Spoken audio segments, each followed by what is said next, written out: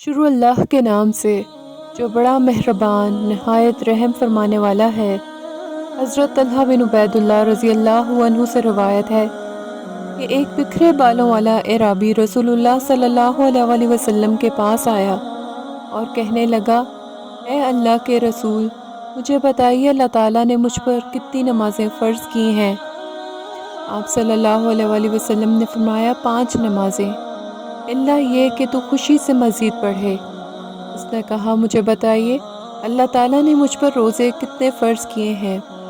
آپ صلی اللہ علیہ وآلہ وسلم نے فرمایا، ماہ رمضان کے روزے، مگر یہ کہ تو خوشی سے زائد رکھے۔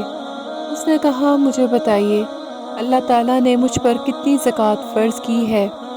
تو رسول اللہ صلی اللہ علیہ وآلہ وسلم نے اسے اسلام اور زکوٰۃ کے تفصیلی احکام بتائے۔ وہ کہنے لگا، قسم اس ذات کی جس نے آپ کو عزت بخشی، میں اللہ تعالیٰ کے مقرر کردہ فرائض سے نہ زائد کچھ کروں گا اور نہ ان میں کمی کروں گا۔